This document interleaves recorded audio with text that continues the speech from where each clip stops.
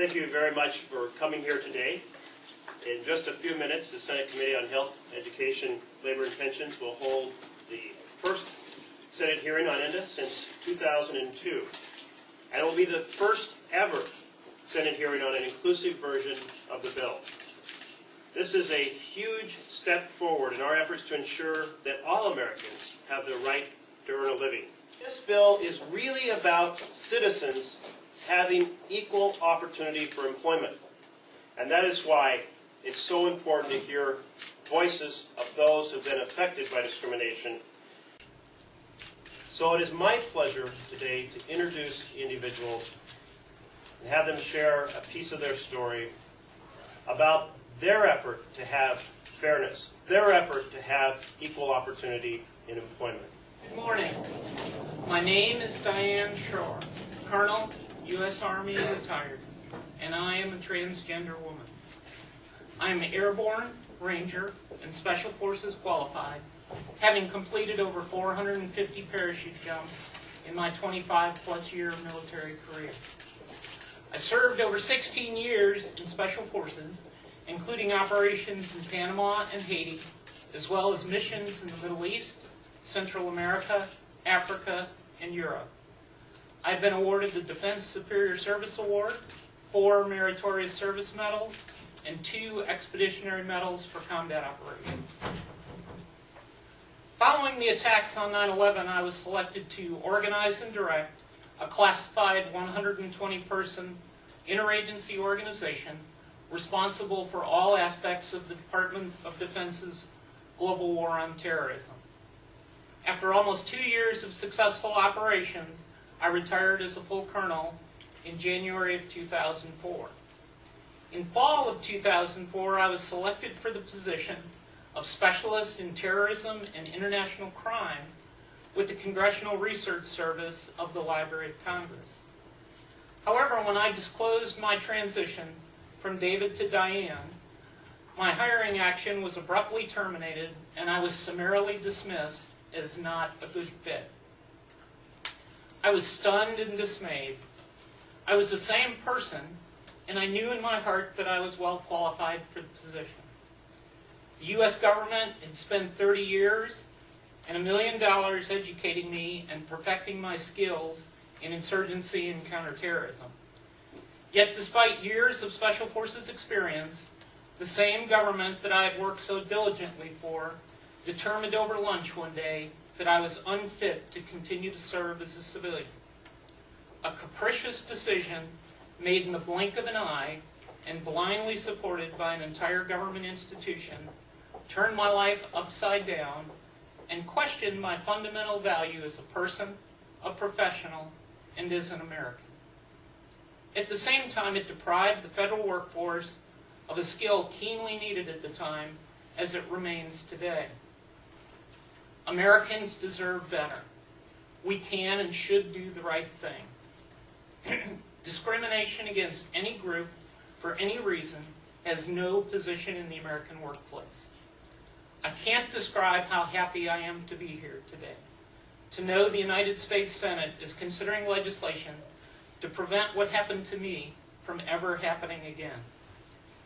Because while my love and pride for this country has never wavered, disbelief and despair over rampant discrimination has been replaced today by renewed faith and optimism.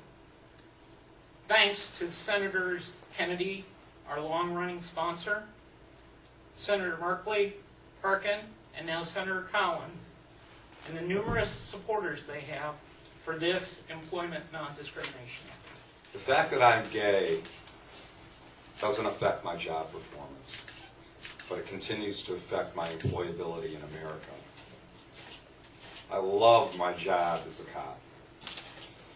And if I hadn't lived in Massachusetts, or one of 12 other states in the District of Columbia, to protect gay, lesbian, bisexual, transgender people from discrimination, I wouldn't have been able to get it back. I wouldn't be here with you today. I'm proud to be here today to support ENDA and to fight and eliminate sexual orientation and gender identity as a barrier to equal employment. I'm pleased but saddened to be able to speak to the serious issues regarding discrimination against people like myself who gender identify as transgender. I'm a 51-year-old African-American woman who knows well about life's issues and struggles in getting employment as a transgender woman. In the early 80s, I experienced firsthand discrimination from an organization that today serves as a leader in the fight for transgender people.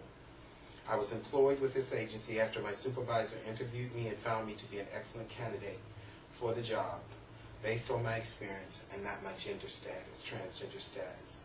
I was later on depicted in a Washington Post article after the murder of a transgender friend of mine and was labeled as a transgender person who is male and dresses in female clothes. Once the agency representatives reviewed the article and it circulated throughout the agency, which was very large, my supervisor and I both were called to the boardroom to meet with the board of directors. Shortly thereafter, I decided to resign my position, which carried a reasonable salary. I became homeless and ultimately contracted HIV. This case reminds me today of many transgender people that I interview and see at Transgender Health Empowerment, where I'm employed as a treatment adherence specialist. Many of the transgender women who say that they can't get jobs because of the widespread discrimination by employers and survival is solicitation and shoplifting. The Employment Non-Discrimination Act, ENDA, bill must be passed and must be inclusive of gender identity to protect transgender people from having this one basic quality of life service called. You have seen a few examples here of how discrimination affects lives. A situation where a person has a very good job offer that they'd like to have and loses that offer. An officer who loses his position. Earlene, whose life was fractured by the change of employer's attitude. And I thank them for coming to carry this conversation forward, to give outline and form and character to the fact that this is, yes, it's an important principle, employment non-discrimination, incredibly important principle. But it's an important principle because it's about people having equal opportunity in America. And it's a principle we're going to win. We must carry this fight forward. And I'm so pleased that in a few minutes we'll be opening the first hearing we've held in the Senate for quite some time on this issue. And that's the starting point of pushing to make employment non-discrimination the law of the land in America. Thank you.